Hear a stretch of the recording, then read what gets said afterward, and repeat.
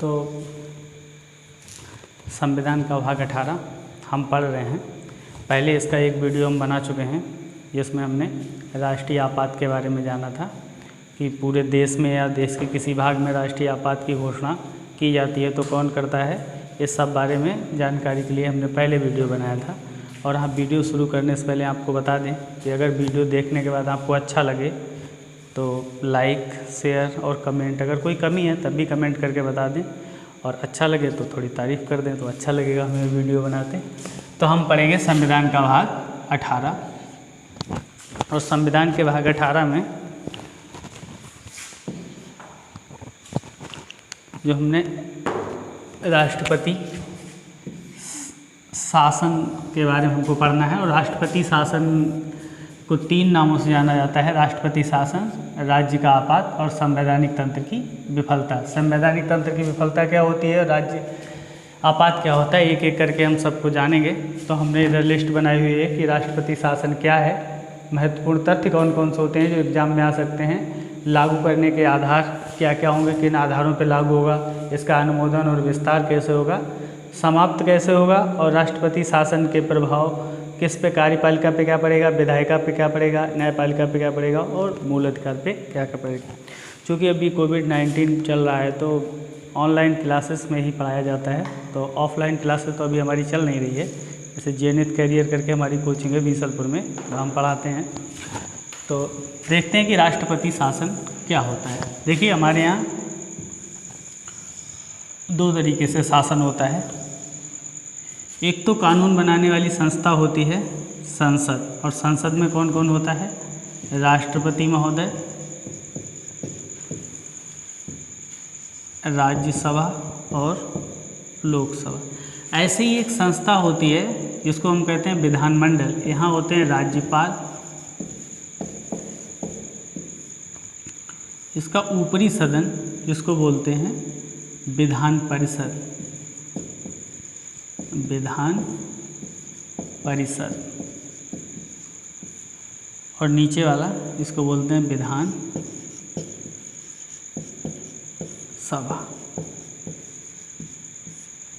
तो इसमें समझना ये है कि जो हमने पहले वाला पढ़ा था राष्ट्रीय आपात, वो इसके आधार पे लगता है, मतलब पूरे देश में या देश के किसी भाग में, लेकिन उसमें जो प्रभाव पड़ता है वो पूरे देश पे पड़ता है या किसी भाग में पड़ सकता है। लेकिन राष्ट्रपति शासन क्या होता है, वो किसी राज्य में लगाया जाता है, किसी राज्य में।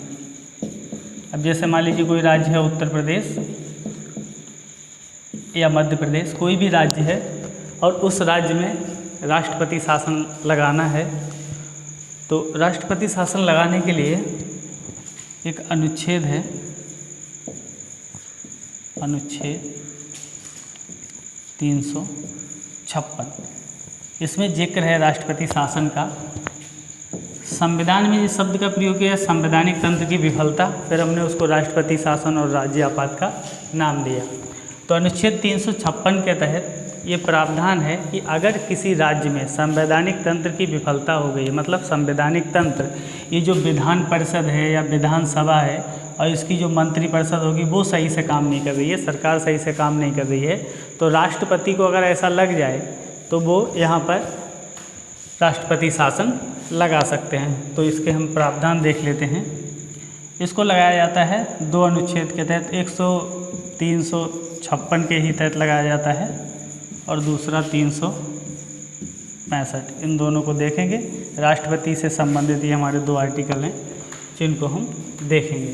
तो राष्ट्रपति शासन क्या होता है, किसी राज्य में राष्ट्रपति द्वारा अपने अंडर में उसके शासन को कर लेना राष्ट्रपति शासन कहलाता है। कि राष्ट्रपति किसी राज्य के शासन को अपने अंडर में कर लें, यानी वहाँ जो मुख्यमंत्री हैं, जो सीएम हैं, या वहाँ की मंत्रिपरिषद है, उसके अधिकारों को अपने अंडर में ले लें, उसकी जो विधायिका है, जो कानून बनाने की शक्ति है, उसको अंडर में ले लें, तो इसको राष्ट्रपति शासन कहते हैं।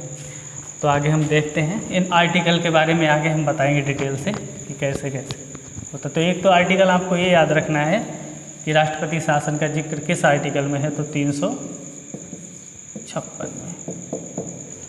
महत्वपूर्ण तथ्य ये है कि पहला तथ्य ये पूछा जा सकता है कि राष्ट्रपति शासन सबसे पहले किस राज्य में लगाया गया?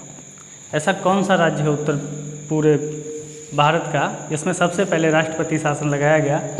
तो इसे याद रखो, ये कि वन लाइनर क्वेश्चन बन सकता है। 1951 में पंजाब में, जिसको पहले पेशू बोलते थे, पेशू राज्य, तो पंजाब राज्य में सबसे पहले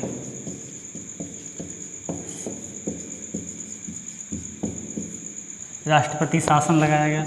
दूसरा क्वेश्चन ये बन सकता है कि अब तक लगभग कितनी बार राष्ट्रपति शासन का प्रयोग हो चुका है?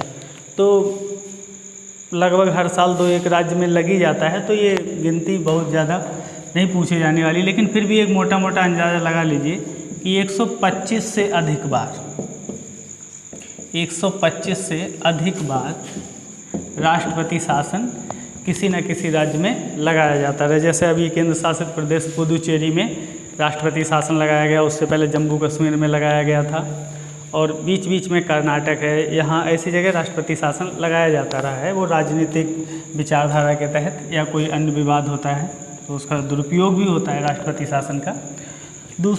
तीसरा क्वेश्चन ये बन सकता है कि ऐसा कौन सा राज्य है जिसमें सबसे ज़्यादा बार राष्ट्रपति शासन लगाया गया है?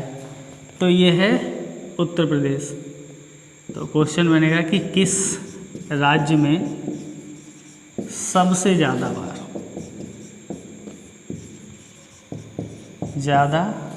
बार राष्ट्रपति शासन लगा? तो वो राज्य है उत्तर प्रदेश, हमारा उत्तर प्रदेश। अगला क्वेश्चन यहीं से ये भी बन सकता है कि सबसे ज़्यादा बार तो कितनी बार, मतलब कितनी बार लगाया गया, कोई संख्या तो होगी, तो वो है 10 बार। तो अब तक उत्तर प्रदेश में 10 बार राष्ट्रपति शासन लगाया जा चुका है। अब इसे समझ लीजिए। तो एक तो यहाँ पे आपको पंजाब राज्य याद रखना है, दूसरा 125, ये आंकड़ा भले ही ना याद रखें लेकिन फिर भी एक एक मोटा मोटा अंदाज़ा लगा लीजिए कि 125 बार। अगला उत्तर प्रदेश सबसे ज़्यादा बार किस राज्य में लगाया गया और कितनी बार लगाया गया उत्तर प्रदेश में। तो ये 3 आंकड़े आपको याद रखने हैं, इसलिए ताकि एग्ज़ाम में सीधे सीधे पूछे तो आप उसका आंसर दे सकें। बाकी अब हम आगे पढ़ेंगे कि लागू करने की प्रक्रिया क्या होती है।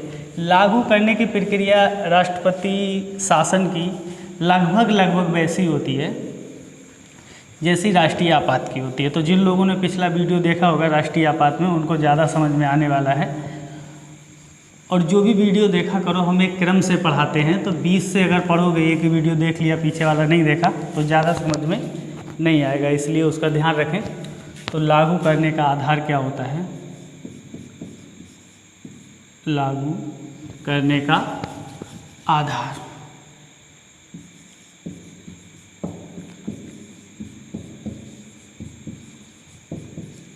इस डायग्राम को तो आप लोग अपने दिमाग में बैठा ही लीजिए। जब भी पॉलिटी पढ़ो, ये डायग्राम आप किताब पे पहले ही बना लो कि इसमें क्या क्या होता है, तब आप विधानमंडल और संसद की संरचना जान पाएंगे। एक वीडियो में अलग से बनाऊंगा, कार्यपालिका, विधायिका, कैबिनेट, मंत्रिपरिषद क्या होती है उसके बारे में। तो लागू करने का आधार क्या होता है? पहला, आर्टिकल 356 के तहत जो आधार दिया हुआ है, इसमें 2 बातें ध्यान रखनी है आपको। पहली बात तो ये ध्यान रखनी है कि जैसे राज्यपाल महोदय हैं, हर राज्य में एक राज्यपाल होता है, और राज्यपाल को ऐसा लगे कि अब राज्य में संवैधानिक तंत्र विफल हो रहा है, तो उसकी विफलता के आधार पर राज्यपाल क्या करेंगे, एक रिपोर्ट भेजेंगे राष्ट्रपति महोदय को। तो राज्यपाल ने रिपोर्ट भेज दी राष्ट्रपति महोदय को, राष्ट्रपति महोदय ने रिपोर्ट देखी और उनको लगा कि नहीं, राज्य में वास्तव में संवैधानिक तंत्र की विफलता है, वहाँ सही से काम नहीं हो रहा है, तो वो वहाँ पर राष्ट्रपति शासन की घोषणा कर सकते हैं। दूसरा आधार ये है कि राष्ट्रपति महोदय को स्वयं ऐसा लगे, राष्ट्रपति महोदय भी तो अखबार पढ़ते हैं, टीवी चैनल देखते हैं, बाकी उनके और भी सोर्स होते हैं, उन्हें स्वयं पता लग जाए, और स्वयं पता लग जाए, उनको लगे कि नहीं वास्तव में संवैधानिक तंत्र की विफलता है, तो वो क्या करेंगे, उस आधार पर भी वो स्वतः संज्ञान लेते हुए भी राष्ट्रपति शासन लगा सकते हैं। तो यहाँ पे 2 कंडीशन बनी, एक तो राज्यपाल महोदय रिपोर्ट भेजें। देखिए जो मैं ऐसे करके लिखता हूँ ये कीवर्ड बोले जाते हैं, रिवीजन करने में इनका बहुत फ़ायदा होता है। जब आप ऐसे करके अपने नोट्स बनाते हो तो पूरी कहानी पढ़ने की ज़रूरत नहीं होती। एग्ज़ाम टाइम जल्दी जल्दी रिवाइज करना होता है, इनको 3-4 बार पढ़ने से आराम से याद भी हो जाते हैं। मेरे सभी नोट्स ऐसे ही बने हुए होते हैं। तो राज्यपाल महोदय ने एक रिपोर्ट भेजी राष्ट्रपति महोदय को कि राष्ट्रपति महोदय फला फला राज्य में संवैधानिक तंत्र की विफलता है। अब राष्ट्रपति महोदय क्या करेंगे? राष्ट्रपति महोदय देखेंगे और फिर लगा देंगे राष्ट्रपति शासन। मान लीजिए यहाँ पे कोई राज्य है, हम एक्स राज्य मान लेंगे, किसी का नाम नहीं लेंगे, तो समझने के लिए अब यहाँ राष्ट्रपति शासन लग जाएगा। दूसरा तरीका ये होता है कि राज्यपाल ने मान लो रिपोर्ट नहीं भेजी, लेकिन राष्ट्रपति महोदय को खुद लगे, राष्ट्रपति को समाधान शब्द बोला जाता है संविधान में, कि समाधान हो जाए कि संवैधानिक तंत्र विफल हो गया है, तब भी राष्ट्रपति महोदय इस राज्य में राष्ट्रपति शासन लगा सकते हैं। एक और कंडीशन क्या बन सकती है? एक कंडीशन ये बन सकती है, जैसे केंद्र सरकार होती है वो समय समय पर राज्य सरकार को निर्देश देती रहती है राज्यों को कि ये करे। जैसे अभी कोविड-19 के दौरान बहुत सारे राज्यों को रिपोर्ट देगी कि राज्य में लॉकडाउन लागू करो, या कोई और है कि इतना खर्चा दिया जा रहा है इस पे करो, या फिर अस्पतालों को सही से डेवलप करो। तो ये निर्देश बीच बीच में दिए जा रहे हैं। तो रेलवे से संबंधित निर्देश होते हैं कि रेलवे का विकास ऐसे करो। तो इन सबको एक चीज़ होती है निर्देश। तो मान लीजिए केंद्र है एक तरफ, केंद्र सरकार जो हमारी दिल्ली में बैठी है, केंद्र सरकार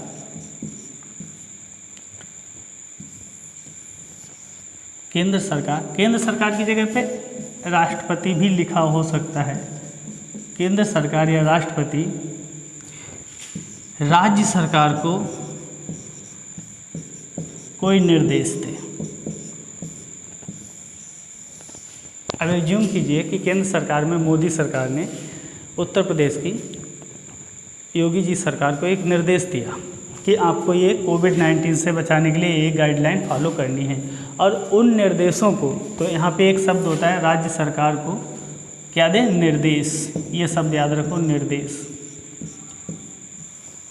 अगर केंद्र सरकार राज्य सरकार को निर्देश दे, मतलब सेंट्रल गवर्नमेंट राज्य गवर्नमेंट को निर्देश दे कि ये जो निर्देश हैं इनको आप फॉलो करो, और राज्य सरकार क्या करे? इन निर्देशों को, इन जो निर्देश दिए हैं, इन निर्देशों को फॉलो करने में या इनका पालन करने में विफल हो जाए। मान लो राज्य सरकार हो गई विफल, राज्य सरकार विफल हो गई, मतलब राज्य सरकार वो निर्देश का पालन नहीं कर पा रही है। जब राज्य सरकार निर्देश का पालन नहीं कर पाती है तो राष्ट्रपति महोदय को ये समाधान हो जाता है कि राज्य में संवैधानिक तंत्र नहीं है, और जैसे ही निर्देश विफल हो जाते हैं तब भी राष्ट्रपति शासन लागू हो सकता है। तो इस डायग्राम को ध्यान से देखो, और यहाँ पे जो आर्टिकल प्रयोग किया जाता है वो 365 है। देखो आर्टिकल याद करने का एक ट्रिक भी होता है, बहुत सारी ट्रिक होती है।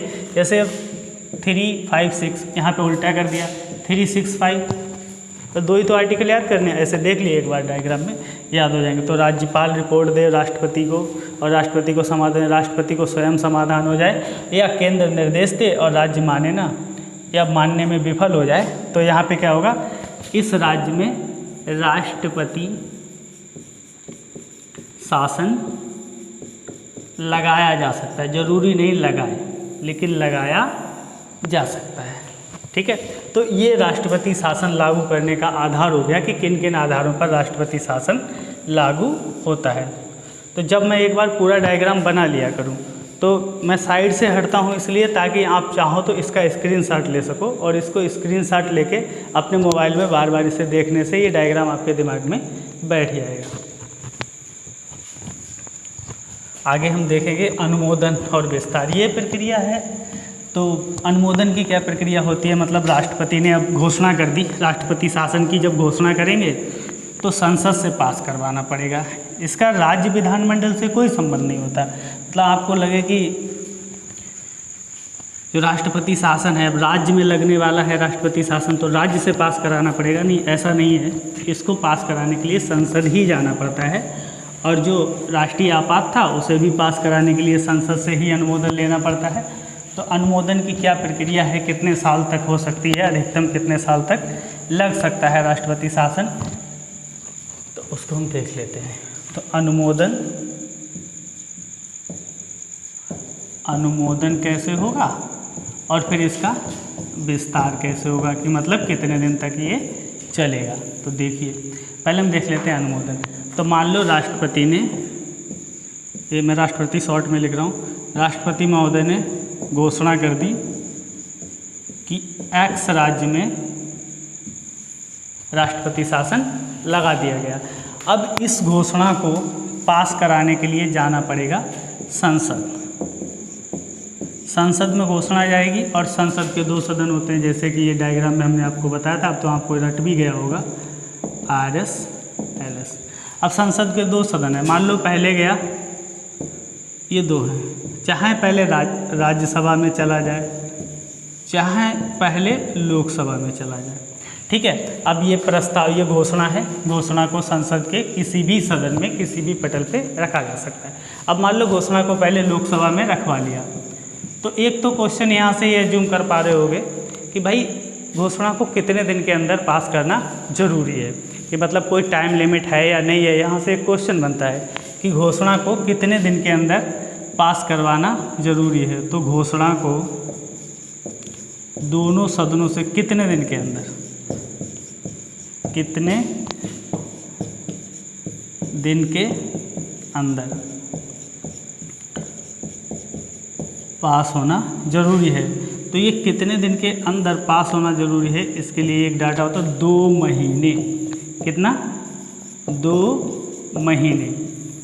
अब पिछले वाले में मैंने बताया था, जब राष्ट्रीय आपात पढ़ा रहा था तो मैंने बताया था कि उसको 1 महीने के अंदर अंदर पास होना जरूरी होता है, लेकिन इसको 2 महीने के अंदर।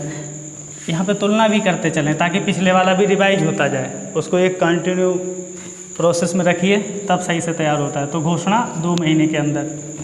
तो फिर किस बहुमत से पास हो भाई, ये घोषणा के लिए कौन सा बहुमत चाहिए, मतलब किस बहुमत से या कौन से बहुमत से पास हो, ये दोनों क्वेश्चन खूब पूछे जाते हैं। तो राष्ट्रीय आपात जो मैंने पिछला वाला पढ़ाया था, राष्ट्रीय आपात में विशेष बहुमत बताया था मैंने, लेकिन यहाँ पे कौन सा बहुमत होता है, साधारण बहुमत या सामान्य बहुमत। 2 क्वेश्चन बहुत ही इम्पॉर्टेंट है और बहुत ही याद करने वाली बात है कि घोषणा कितने महीने के अंदर पास होनी चाहिए, 2 महीने के अंदर। दूसरी बात, कौन से बहुमत की आवश्यकता होती है, साधारण बहुमत। साधारण बहुमत क्या होता है, इसको समझ लीजिए एक लाइन में। मान लो साधारण बहुमत का मतलब होता है संसद में जितने लोग, मतलब सदन में, मान लो लोकसभा की बात कर रहे हैं, तो लोकसभा में मान लो 100 लोग उपस्थित हैं, जो कि कोरम से ज़्यादा है। कोरम कितना होता है, 1/10, मतलब हमारे सदन में लगभग 550 लोग हैं लोकसभा में, तो 550 में 10% मतलब 55 लोग कोरम, तो कोरम पूरा है तो मतलब सदन चलेगा। मान लीजिए 100 लोग हैं, तो इसे 100 लोग हो सकते हैं, 90 हो सकते हैं, तो जितने उपस्थित लोग हैं, जितने लोग वोट देते हैं, याद रखें उपस्थित और वोट देने वालों के आधे से अधिक, आधे से अधिक मतलब इसके आधे हो गए 50, ठीक है, 50-50। तो अगर यस के लिए 51 वोट मिल गए तो यहाँ कितने रह गए, 49, मतलब 51 लोगों ने कह दिया कि ये घोषणा पास हो जाएगी और 49 लोगों ने किया नहीं पास होगी, लेकिन फिर भी ये घोषणा पास हो जाएगी। तो साधारण बहुमत होता है उपस्थित और मतदान करने वालों का आधे से अधिक, कोरम पूरे होने के बाद। कोरम पूरा नहीं होगा तो सदन ही नहीं चलेगा, ठीक है। तो ये होता है साधारण बहुमत को कभी कभी एग्जामिनर सामान्य बहुमत भी लिख देता है, तो आप उसको कंफ्यूज नहीं होंगे, चाहे साधारण बहुमत लिखा हो चाहे सामान्य बहुमत, मतलब यही होता है, मतलब एक्स राज्य में अब राष्ट्रपति शासन लग जाएगा संसद के किसी भी सदन से, चाहे पहले इसमें लाओ चाहे फिर इसमें। और कितने दिन के अंदर पास करवाना है, 2 महीने के अंदर, और कौन सा बहुमत लगेगा, साधारण बहुमत। अब ये क्वेश्चन ये बनता है, आप भी एज्यूम करो, थोड़ा कठिन क्वेश्चन बनाते हैं कि राष्ट्रपति घोषणा हो गई, मान लो राष्ट्रपति घोषणा हो गई, राष्ट्रपति ने कह दिया कि फलां राज्य में राष्ट्रपति शासन लागू हो गया, लेकिन घोषणा हो गई। उसके बाद क्या हुआ कि लोकसभा भंग हो गई। लोकसभा तो भंग हो सकती, आपको पता होगा कि लोकसभा अस्थायी सदन है, वो 5 साल के बाद उसका पुनः चुनाव भी होता है और लोकसभा बीच में भी भंग हो सकती है, राज्यसभा का भी भंग नहीं होती। तो लोकसभा भंग हो गई, अब लोकसभा है नहीं, अब दोबारा चुनाव होगा और लोकसभा की पहली बैठक होगी, तो कितने दिन के अंदर दूसरे सदन को लोकसभा को पास करना होगा। तो यहाँ पर फिर वही बात है, वैसे तो 2 महीने का समय होता है, लेकिन अगर लोकसभा भंग हो जाए और नई लोकसभा चुन के आए तो उसके 1 महीने के अंदर, पहली बैठक के 1 महीने के अंदर, ये बात भी आप याद रखें। ये मैंने पहले भी बताई थी, कोई भी आपातकाल लागू होने की बात हो, चाहे ये राष्ट्रीय आपात हो या राष्ट्रपति शासन हो, इन दोनों में ये प्रावधान है कि अगर लोकसभा भंग हो गई तो भंग होने के बाद जब नई लोकसभा आएगी तो नई लोकसभा आने से पहली बैठक के 1 महीने की, फिर 2 महीने की जगह समय कितना हो जाएगा, 1 महीने, लेकिन राज्यसभा पहले ही पास कर देगी। ऐसा नहीं कि राज्यसभा इंतजार करती रहेगी कि आओगे तब पास करेंगे। अगर राज्यसभा को पास करना होगा तो वो पास कर देगी, नहीं पास करना होगा तो नहीं पास करेगी। अच्छा, एक क्वेश्चन ये भी बनता है, ये 2 सदन हैं, मान लो एक सदन ने पास कर दिया और एक सदन ने पास नहीं किया, तो क्या राष्ट्रपति शासन लागू होगा? नहीं होगा। दोनों सदनों से पास होना जरूरी, दोनों सदनों से पास होना जरूरी है, तभी तो 1 महीने तक इंतजार कर सकते हैं कि भाई भंग हो गई है, चलो ठीक है, फिर से गठन हो जाएगा इसका, तो फिर से पास करवा। तो मतलब दोनों सदनों से अलग अलग पास होना जरूरी है। तो ये हो गया अनुमोदन विस्तार। अब विस्तार पढ़ते हैं, अनुमोदन हो गया, चलो अब राज्य में राष्ट्रपति शासन लागू हो गया। पहले घोषणा हुई थी, अब लागू हो गया और इसकी तिथि चालू हो गई। एक क्वेश्चन यहाँ पे और बनता है कि किस तिथि से लागू माना जाएगा, तो इसमें थोड़ा पेच है, तो हम आपको तुलना करके बता देते हैं तो ज़्यादा अच्छा रहेगा, ताकि कन्फ्यूजन में एक भी क्वेश्चन गलत ना हो। तुलना कैसे करेंगे? पहले वाले वीडियो में जो हमने पढ़ाया था, इधर मान लीजिए राष्ट्रीय आपात है, राष्ट्रीय आपात एक्स्ट्रा जानकारी है, और यह है राष्ट्रपति शासन, यह है राष्ट्रीय आपात। 1 मिनट में देख लें इसे पास होने के लिए 2 महीने का समय, दूसरा साधारण बहुमत जो कि अभी आपने पढ़ा, इधर 1 महीने का समय, और विशेष बहुमत,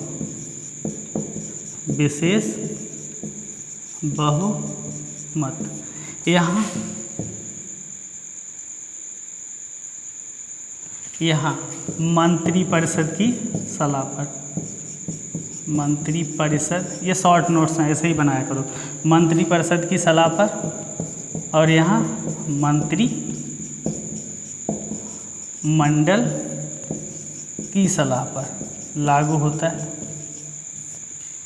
ठीक है, ये 3 अंतर याद रखिए, क्योंकि यहाँ से क्वेश्चन पूछा जा सकता है। अब राष्ट्रपति शासन के बारे में हम विस्तार पढ़ते हैं, कितने कितने समय तक इसका विस्तार होता है।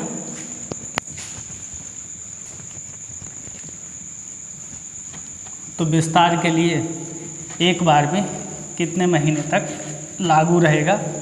तो अगर एक बार संसद ने अनुमोदन दे दिया, मान लीजिए संसद ने एक बार अनुमोदन दे दिया कि ठीक है इस राज्य में राष्ट्रपति शासन लागू होना चाहिए, तो वो कितने दिन तक चलेगा। तो एक बार अनुमोदन मतलब अनुमति, एक बार अनुमति देने पर 6 महीने चलेगा, मतलब 6 महीने तक चल सकता है। इससे पहले भी ख़त्म हो सकता है, लेकिन अधिकतम 6 महीने चल सकता है। अब मान लो 6 महीने हो गए, 6 महीने के बाद स्थिति सुधरी नहीं, वैसे ही फिर चल रहा है, तो एक बार फिर संसद से अनुमोदन लेना पड़ेगा। तो जब दूसरी बार अनुमोदन लेंगे तो 6 महीने तक फिर से राष्ट्रपति शासन चला सकते हैं। अब यहाँ हो गए 12 महीने, 12 महीने बोले तो 1 साल। इसको ध्यान से समझिए इस कॉन्सेप्ट को। अब 6-6 महीने करके 2 बार राष्ट्रपति शासन बढ़ा लिया आपने। अब फिर हो गए 12 महीने। 12 महीने के बाद ये प्रावधान है कि पहले तो आपको राष्ट्रपति शासन ख़त्म करना पड़ेगा। लेकिन राष्ट्रपति शासन ख़त्म करना क्या ज़रूरी है? नहीं, ज़रूरी नहीं है। अगर स्थितियाँ सही नहीं हैं तो फिर आपको देखना पड़ेगा। यहाँ पर 2 परिस्थितियाँ ऐसी होंगी जिनमें राष्ट्रपति शासन आप आगे भी जारी रख सकते हैं, उनको ध्यान करें। यहाँ से भी क्वेश्चन, तो 2 परिस्थितियाँ कौन सी होंगी?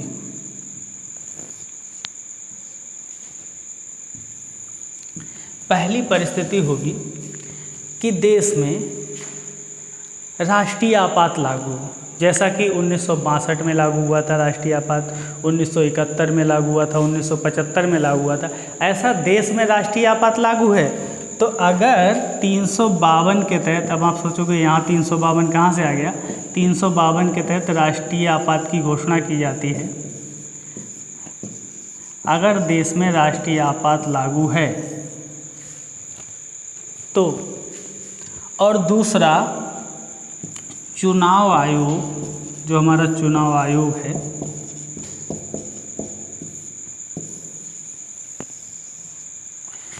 आप लोग कमेंट करके बताएंगे कि चुनाव आयोग किस आर्टिकल में है।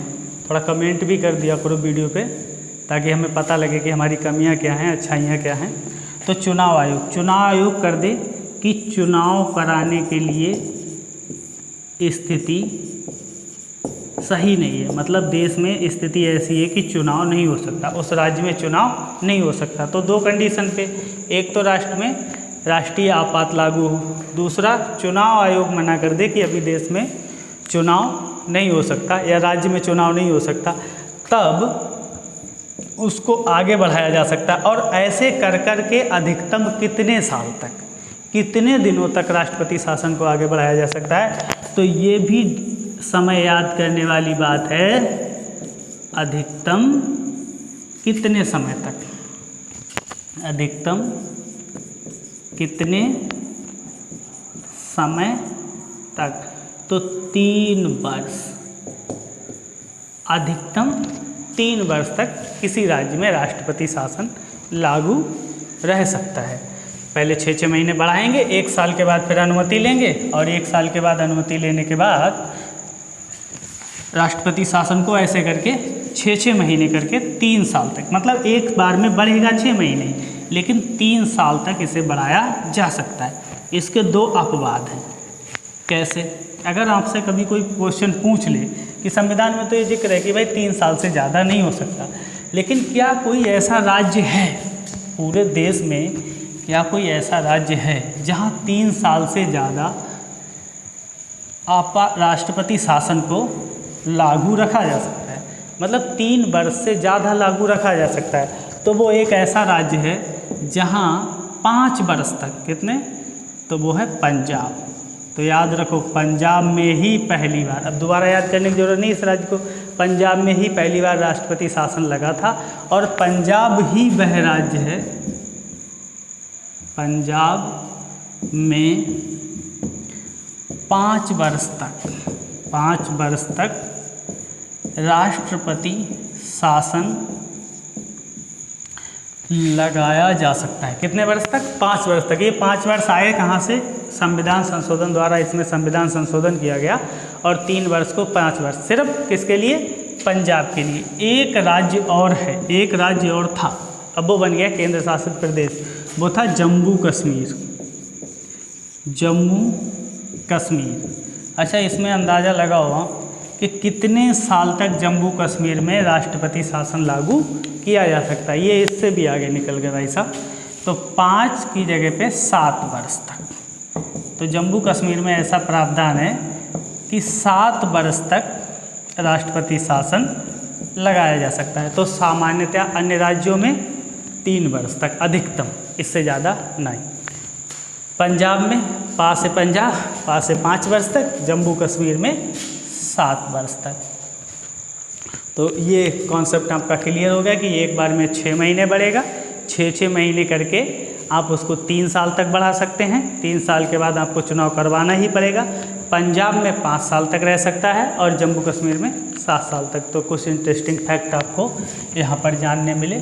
अब अनुमोदन हो गया है और विस्तार हो गया है। अब हम पढ़ते हैं कि ये समाप्त कैसे होगा। तो इसे समाप्त करने की प्रक्रिया बहुत आसान है, समझ लीजिए। राष्ट्रपति महोदय कभी भी, जब राष्ट्रपति महोदय का मन करे, इसे वापस ले सकते हैं। एक सूचना जारी करेंगे, अधिसूचना, जैसे उन्होंने घोषणा की थी राष्ट्रपति शासन लागू हो गया, ऐसे ही वो सूचना जारी करेंगे समाप्ति की, भाई इस राज्य में राष्ट्रपति शासन समाप्त हो गया है। इस राज्य में कोई राज्य था जो हमने एग्ज्यूम किया था एक्स है, घोषणा करेंगे कौन, तो राष्ट्रपति कभी भी घोषणा कर सकते हैं किसकी, समाप्ति की। दूसरी कंडीशन बन सकती है कि समय समाप्त हो जाए। मान लीजिए 6 महीना समय समाप्त हो जाए, 6 महीने के लिए पास की थी अधिसूचना, आगे पास ही नहीं किया तो समय समाप्त, तो राष्ट्रपति शासन समाप्त। 6 महीने के लिए लागू किया था, 6 महीने बाद मान लो 6 महीने और लागू किया था, तो फिर उसके बाद पास ही नहीं हुआ दोनों सदनों से, तो फिर वो समाप्त हो जाएगा। तो राष्ट्रपति खुद घोषणा कर सकते हैं।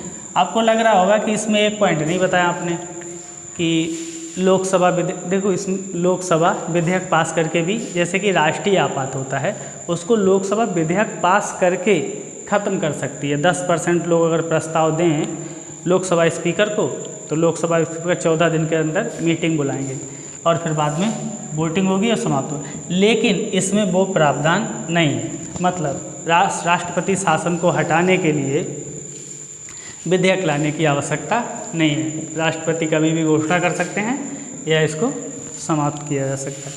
तो ये प्रावधान हमने देख लिया। अब देखते हैं इसका इम्पोर्टेंट भाग ये जो बचा है कि राष्ट्रपति शासन के प्रभाव क्या होंगे। प्रभाव से क्वेश्चन बनता है।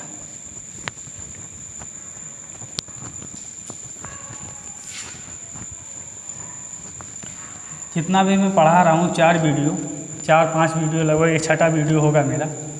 आप हमारे क्लास को कैसे जज करेंगे कि हम अच्छा पढ़ाते हैं या हमारा पढ़ाया हुआ फंसता है या नहीं फंसता। आप अलग अलग जो भी टेस्ट सीरीज मौजूद हो या जो भी लास्ट ईयर आए हुए क्वेश्चन हो, उन क्वेश्चन को हल किया करें और फिर देखें कि हमारे वीडियो से कितना फंसता है। देखो, पढ़ाने के लिए तो कैसा भी कोई भी अभी यहाँ 3D लगा के और सब मार हाई फाई करके दिखा दिया जाए, लेकिन आपका एग्ज़ाम में भी क्या फंसता है।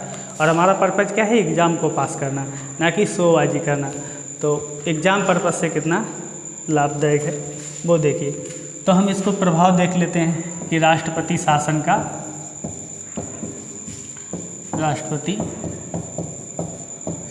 का प्रभाव क्या पड़ता है। क्योंकि ये राज्य में लगता है तो राज्य में ही प्रभाव पड़ेगा। जिस राज्य में लगेगा अन्य किसी राज्य में उसका प्रभाव नहीं पड़ेगा। तो देख लेते हैं कार्यपालिका। कुछ लोग अभी कार्यपालिका शब्द से परिचित नहीं होंगे जिन्होंने पिछला वीडियो नहीं देखा। पिछला वीडियो में हमने बताया था कि कार्यपालिका स्थायी और अस्थायी 2 प्रकार की होती है। आप जब भर्ती हो जाएंगे तो स्थायी कार्यपालिका का हिस्सा बनेंगे जब आप कर्मचारी बनेंगे, और जो हमारे नेतागण जो मतलब चुनाव के बाद जो लोग जीतते हैं, जैसे सांसद हैं या विधायक हैं, ये होते हैं अस्थायी कार्यपालिका। मंत्री परिषद है, जो मंत्री लोग हैं वो अस्थायी कार्यपालिका होते हैं। तो वो अस्थायी कार्यपालिका और स्थायी कार्यपालिका, तो जो कार्यपालिका है उसका क्या होगा, जो राष्ट्रपति होंगे, राष्ट्रपति क्या करेंगे,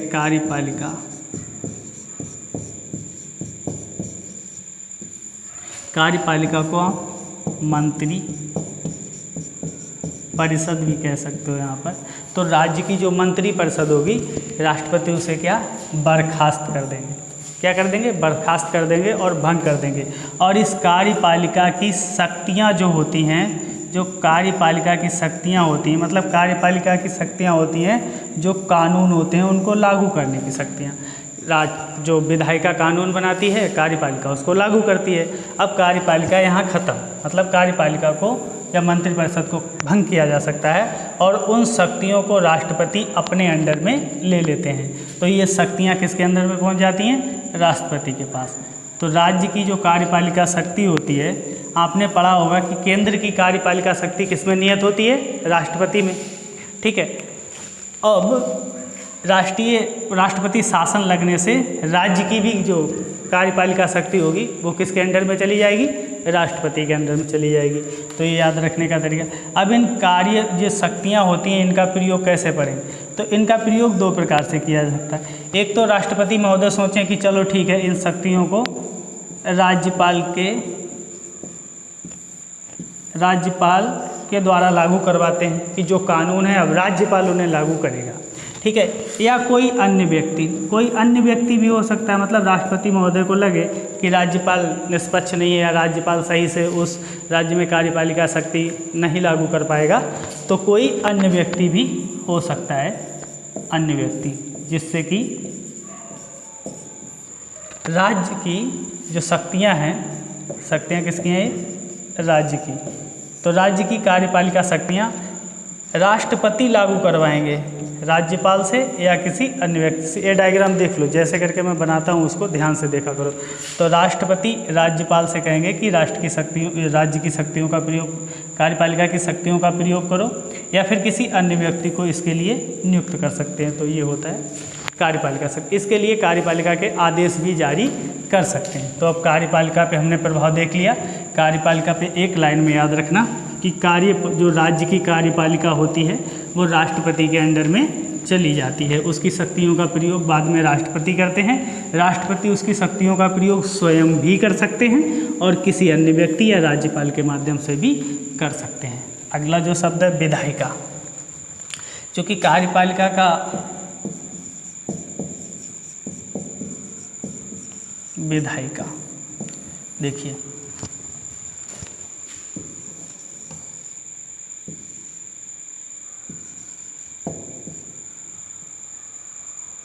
विधान परिषद, विधानसभा और यहाँ पे गवर्नर मतलब राज्यपाल। तो ये जो तीनों लोग मिलके इनको बोलते हैं विधायिका। विधायिका का काम होता है विधान बनाना या कानून बनाना। और यहाँ पे जो मंत्री परिषद बैठी होती है, मंत्री परिषद, उसका काम होता है कानूनों को लागू करना। तो जो मंत्री परिषद होती है वही कार्यपालिका होती है, तो कानून लागू कौन करता है, मंत्री परिषद। अब विधायिका का काम क्या होता है, पहले इसका काम देख लीजिए। विधायिका का काम, ये अलग से समझा रहा हूँ, विधायिका का काम है कानून बनाना, नियम बनाना। आपने सुना होगा कि ये विधेयक पास किया गया या फला अध्यादेश आया, उसके बाद उस पर कानून बनाया गया। तो विधेयक पास करने का काम किसका है, विधायिका का। और विधेयक पास होने के बाद कानून ही बनते हैं। तो कानून बनाना विधायिका का काम है, कानून बनाना। और मंत्री परिषद, ये जो यहाँ बैठी है, इसका काम है कानूनों को लागू करना। तो दोनों में अंतर समझ गए आप लोग, ठीक है। अब विधायिका का काम है कानून बनाना। अब राष्ट्रपति महोदय क्या करेंगे, इस विधायिका के कानून बनाने की शक्ति संसद में नियत हो जाएगी। कहाँ चली जाएगी, संसद में।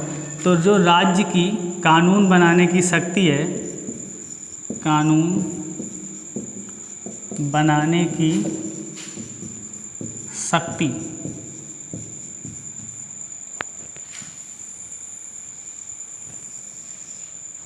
वो कहाँ चली जाएगी, संसद के पास। मतलब तो जो राज्य की, इसको मिटा दो, जो राज्य की विधायिका की कानून बनाने की शक्ति है, अब तीर देखो किधर जा रहा है, वो किसके पास चलेगी, संसद के पास। मतलब अब संसद विधायिका का प्रयोग करेगा और राज्य के लिए कानून बनाएगा। मान लीजिए वो एक्स राज्य था, एक्स राज्य की विधायिका थी तो एक्स राज्य था। अब एक्स राज्य में कानून कौन बनाएगा, संसद। तो याद करो, हमने आपको बताया था कि वैसे संसद केंद्र सूची के विषय पे कानून बनाता है, राज्य सूची के विषय पे कानून बनाता है, और दोनों मिलके समवर्ती सूची पे, संसद और राज्य दोनों समवर्ती सूची पर कानून बना सकते हैं। कल वाला सूत्र आपको याद करवा दें, ऐसे करके मैंने 3 लाइनें खींची थी। अनुसूची बोली थी, एक सेंट्रल और एक बोली थी स्टेट और एक बोली थी कॉन्करेंट। जो समवर्ती सूची होती है इस पे सेंटर कानून बनाता है, इस पे स्टेट कानून बनाता है, इस पे सेंटर प्लस स्टेट दोनों कानून बनाते हैं। तो ये याद रखें। तो अब क्या होगा, संसद ही राज्य के लिए कानून बनाएगी, राज्य के लिए विधेयक पास करेगी। अब इसमें बहुत सारे इंटरेस्टिंग क्वेश्चन पैदा होंगे, एक एक को समझते जाओ। जब संसद कानून बनाएगी तो क्या क्या घटनाएं घटित हो सकती हैं।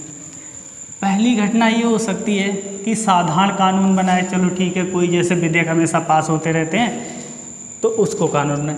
दूसरी बात ये हो सकती है कि मान लो, इंटरेस्टिंग ये हो सकता है कि जो राज्य का बजट है, बजट किसका, राज्य का। अब जो राज्य का बजट है तो किसी भी राज्य का बजट है कौन पास करेगा, राज्य पास करेगा। अब राज्य का बजट राज्य पास करेगा, लेकिन यहाँ पे क्या होगा, इस बजट को अब कौन पास कर सकता है, चूंकि विधायिका की शक्ति संसद के पास पहुँच गई है तो अब राज्य का बजट कौन पास करेगा, संसद। मतलब पहले राज्य पास करता था, अब राज्य के बजट को कौन पास करेगा, संसद। तो आपसे क्वेश्चन ये बनाया जा सकता है कि राष्ट्रपति शासन लागू होते समय या जब किसी राज्य में राष्ट्रपति शासन लागू है तो उसका बजट पास कौन करेगा, संसद पास करेगी। तो ये बात ध्यान रखें कि बजट संसद पास करेगी।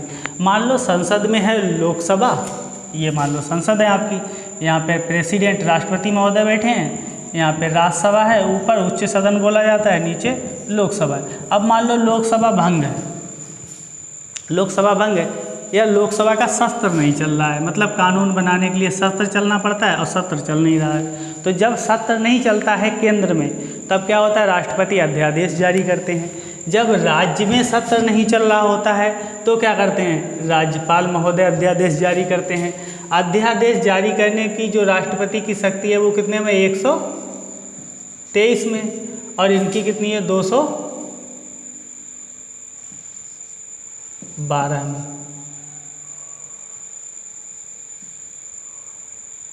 दो 212 में है, आई थिंक कुछ दिक्कत हो आर्टिकल में, तो ठीक है, ये तो कंफर्म है, लेकिन ये अभी मुझे ध्यान नहीं आ रहा है, फिलहाल देख लेना इसको। तो जो अध्यादेश जारी करने की शक्ति होती है तो उस अध्यादेश की जारी करने की शक्ति को संसद मतलब राष्ट्रपति महोदय, अब विधायिका की जगह पे राष्ट्रपति महोदय क्या कर सकते हैं, राज्य के लिए अध्यादेश, ये बहुत इम्पोर्टेंट चीज़ है, अध्यादेश जारी कर सकते हैं। कौन, राष्ट्रपति महोदय राज्य के लिए अध्यादेश जारी कर सकते हैं। वैसे राज्य के लिए अध्यादेश जारी कौन करता है, गवर्नर।